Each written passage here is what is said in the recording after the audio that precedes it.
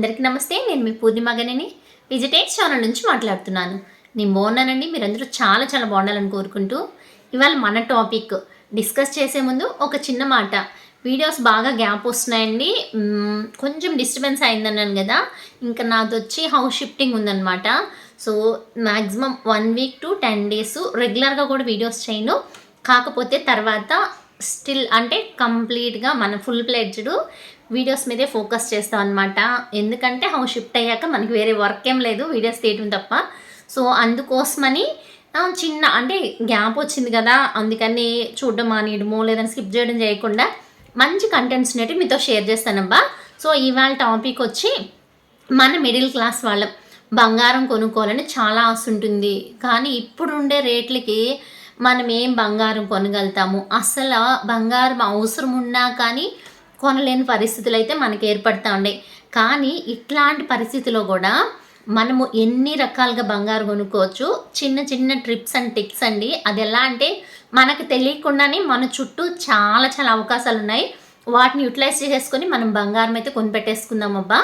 So మన భవిష్యత్ అవసరాల కోసమనో, లేదా కొంచెం కొంచెం పోగేసుకొని బంగారం కొనుక్కోవడం కోసమనో, లేదా మన దగ్గర మనం అసలు వాడకుండా లేదా మనకు పనికి రాకుండా పడినటువంటి ఇరిగిన నలిగిన చిన్న చిన్న ముక్కలు పోయిన బంగారం కానీ, లేదా పాత బంగారం కానీ, అవుట్డేటెడ్ ఫ్యాషన్స్ కానీ, కొన్ని రకాల లాకెట్లు వచ్చి కార్నర్స్లో కొంచెం ఇరుగుంటాయి అనమాట. మ్యాక్సిమం మనకి సెంటిమెంట్ కదా గోల్డ్, అందుకని మార్చకుండా పెట్టేసుకుంటాం. ఓల్డ్ పాత గోల్డ్ అంతా మనకి వచ్చి ఉంటుంది. అది మనం వేసుకొని కావడానికి కాదు, నెక్స్ట్ వచ్చి మనం వాడుకోలేము.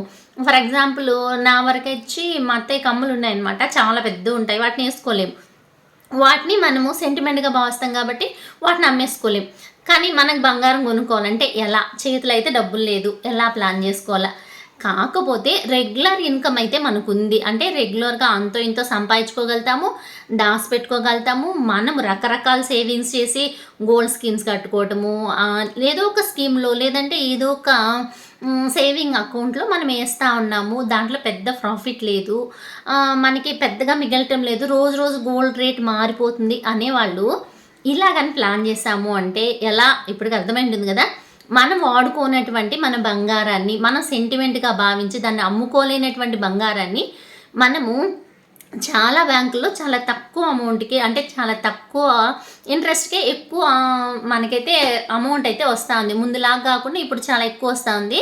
ఫర్ ఎగ్జాంపుల్ ఇండియన్ బ్యాంక్లో ఒక గ్రామ్కి కదా, 1 గ్రామ్కి 5,000 ఇస్తున్నారు. ఇంకొంచెం పెరగని కూడా పెరగచ్చు అనమాట. 7.2 అంటే 7.3% మధ్యలో ఇంట్రెస్ట్తో మనకి ఇస్తున్నారు. మనకి ఎక్స్ట్రా ఛార్జెస్ కానీ, లేదంటే మనకి అప్రైజర్ ఛార్జెస్ కానీ ఇట్లాంటివి ఏం పెద్దగా లేదండి.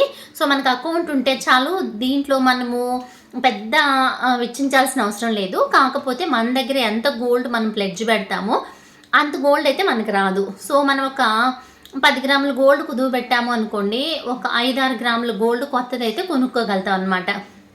పాత బంగారాన్ని వదిలేసుకోలేము, కొత్త బంగారాన్ని మనము తీసుకున్నాం కదా అనేసినని ఇది చేసుకోలేము అనమాట. కాకపోతే చేతిలో డబ్బులు లేకపోయినా కూడా మన బంగారం కొనుక్కోవాలంటే ఇది ఒక సోర్స్ అనమాట. అంటే మనం రెగ్యులర్గా మనం దాన్ని విడిపించుకోగలుగుతాము అనే హోప్ ఉంది, మనకి ఇన్కమ్ ఉంది అనే ఐడియా ఉండేవాళ్ళు మనం వాడుకోనటువంటి సెంటిమెంట్గా భావించేటువంటి బంగారాన్ని ప్లెడ్జ్ పెట్టి కూడా కొత్త బంగారం వస్తువులు చేర్చుకోవచ్చు. ఇది ఒక బెస్ట్ ఆప్షన్.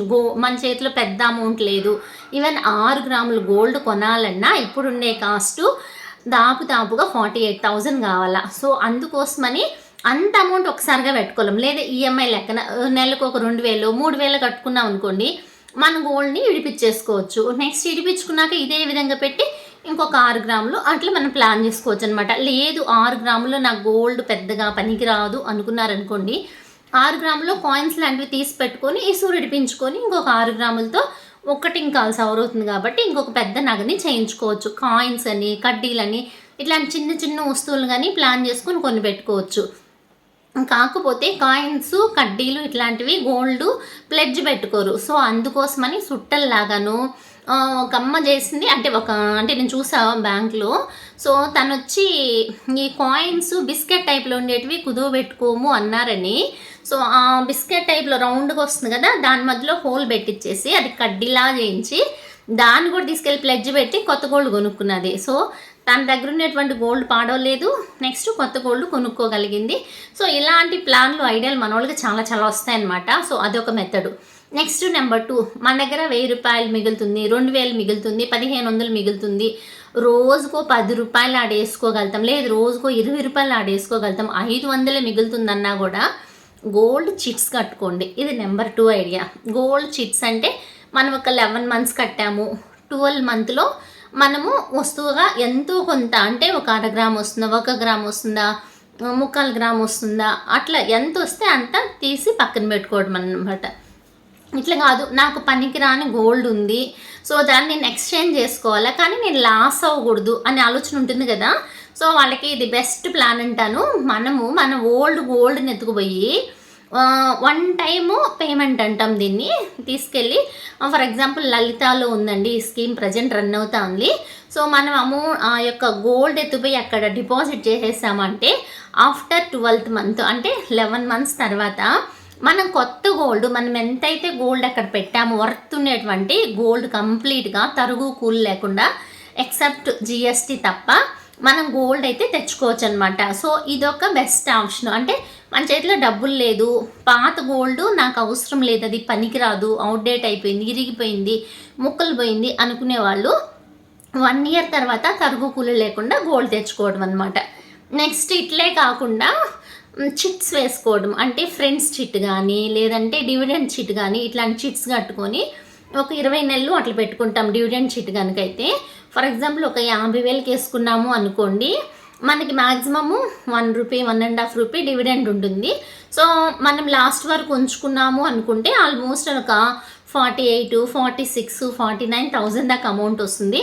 అమౌంట్ వెళ్ళి మనం తెచ్చుకోవడం అనమాట. 50,000 రూపీస్ చిట్ వేయాలా అంటే 20 నెలలకి 2,500 ఓనర్ చిట్ ఉంటుంది. రిమైనింగ్ డిస్కౌంట్ వచ్చి దాదాపు ఒక 2,000, 1,800, 12, 1,400 నుంచి కూడా మనం కడుతూ వస్తాం అనమాట. సో అలా వద్దు, ఫ్రెండ్స్ చిట్ ఒక 2,000 రూపాయలు చిట్ వేసుకున్నాము, ఒక 20 నెలలు కులుక్ చిట్ ఇలాగా అంటే ఎవరి పేరు వస్తే వాళ్ళు తీసుకెళ్ళి గోల్డ్ కొనుక్కొచ్చుకోవడం అనమాట. ఇన్ని మెథడ్స్ ఉన్నాయి.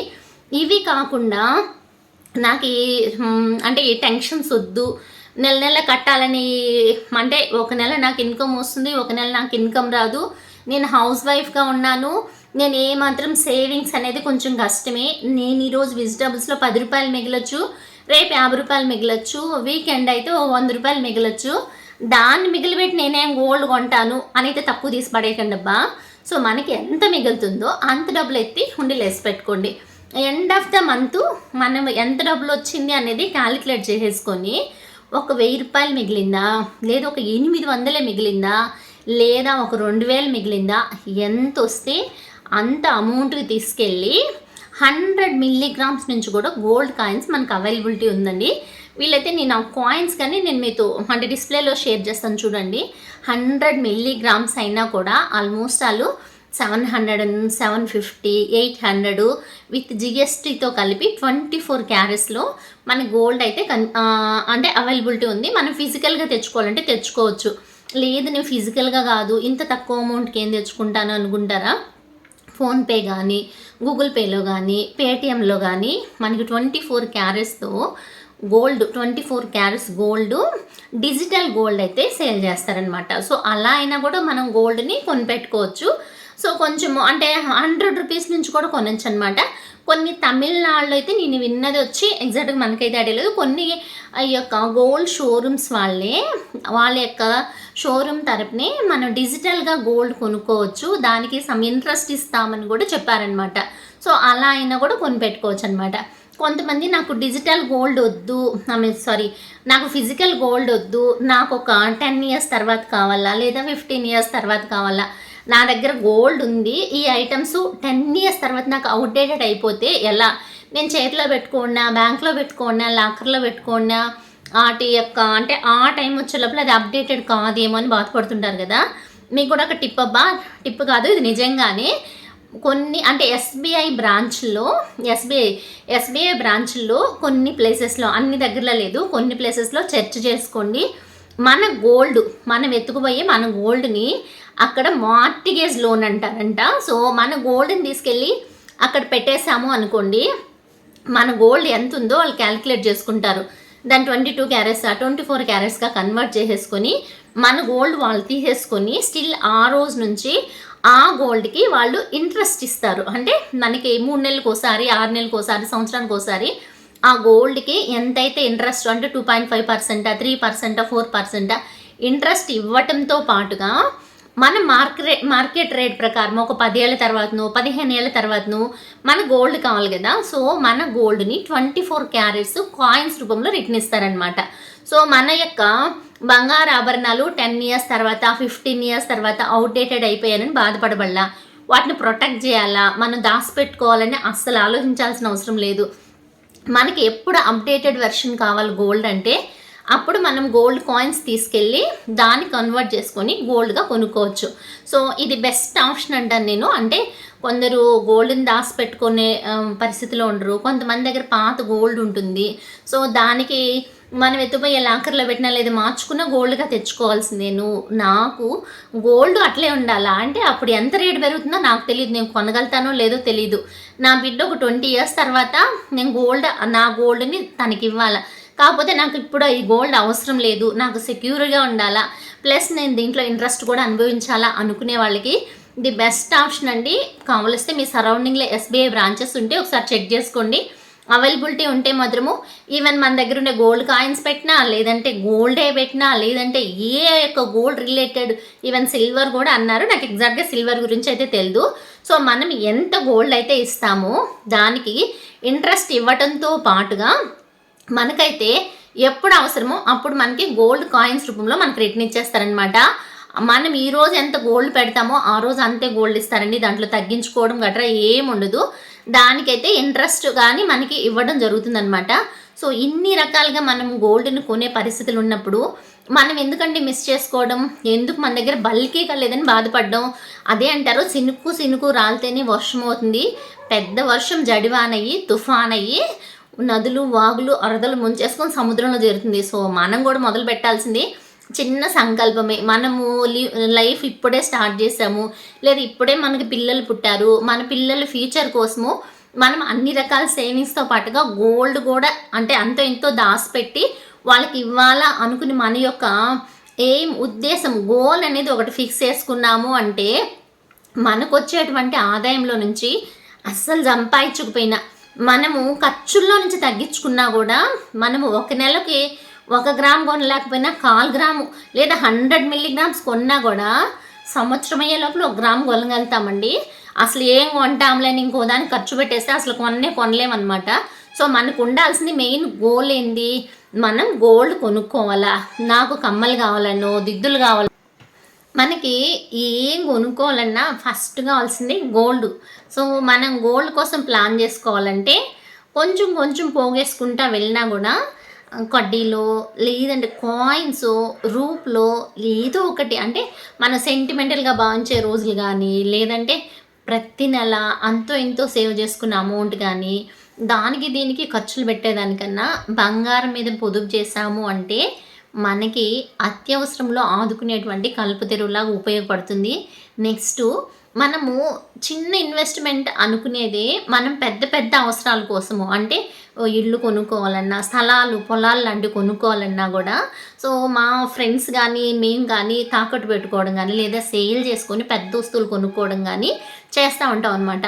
సో మనము ఇంక దేని మీద పొదుపు అంటే ఇంక దేని మీద పెట్టుబడి పెట్టినా అంత తొందరగా లిక్విడ్ క్యాష్గా మారదు కాబట్టి సో మనం చేసేటువంటి పొదుపేదో ప్రతి ఒక్కళ్ళు చేయొచ్చండో, మేము పేదవాళ్ళము, మేము సంపాదించలేని వాళ్ళు, మేము స్టూడెంట్స్ అని ఆలోచించకుండా మన స్తోమత ఎంత ఉంటే అంత మనం పొదుపు చేసినటువంటి డబ్బుల్లో నుంచి మనం కొనుక్కున్న బంగారము మనకి సెంటిమెంట్గా ఉపయోగపడటంతో పాటుగా మన అవసరానికి కూడా చాలా వరకు ఉపయోగపడుతుంది అనమాట. సో నేను ఇచ్చినటువంటి ఇన్ఫర్మేషన్ మీకు యూజ్ అయినా యూటిలైజ్ అయినా మనం ఇంకా వేరే విధంగా అంటే గోల్డ్ని కొంతమంది క్రెడిట్ కార్డ్స్ పెట్టి కూడా కొంటా ఉంటారు. అంటే క్రెడిట్ కార్డ్ లోన్స్ కొన్ని రోజులు అంటే కొన్ని నెలల వరకు ఇంట్రెస్ట్ పడదనమాట. అలా కొన్ని కూడా వాళ్ళు 3 months 6 months లెక్కన ఈఎంఐలో కట్టేసుకుంటారు. అంటే ఎంత చెట్టుకు అంత కావాలన్నట్టు అందరికీ క్రెడిట్ కార్డ్స్ ఉండాలని లేదు, డెబిట్ కార్డ్స్ ఉండాలని లేదు, ఎవరి వెసులుబాటు పట్టించి వాళ్ళు కొనుక్కోవచ్చు అనమాట.